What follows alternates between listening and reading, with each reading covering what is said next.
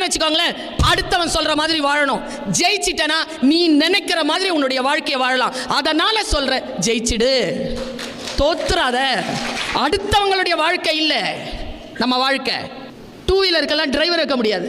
குதிரை ஓட்டுறீங்கன்னா குதிரையை நீங்க தான் ஓட்டணும், பின்னால் உட்காந்துட்டு இருக்க முடியாது. லைஃப் அப்படி தான், உங்கள் லைஃப்பை நீங்கள் தான் செலுத்தணும்.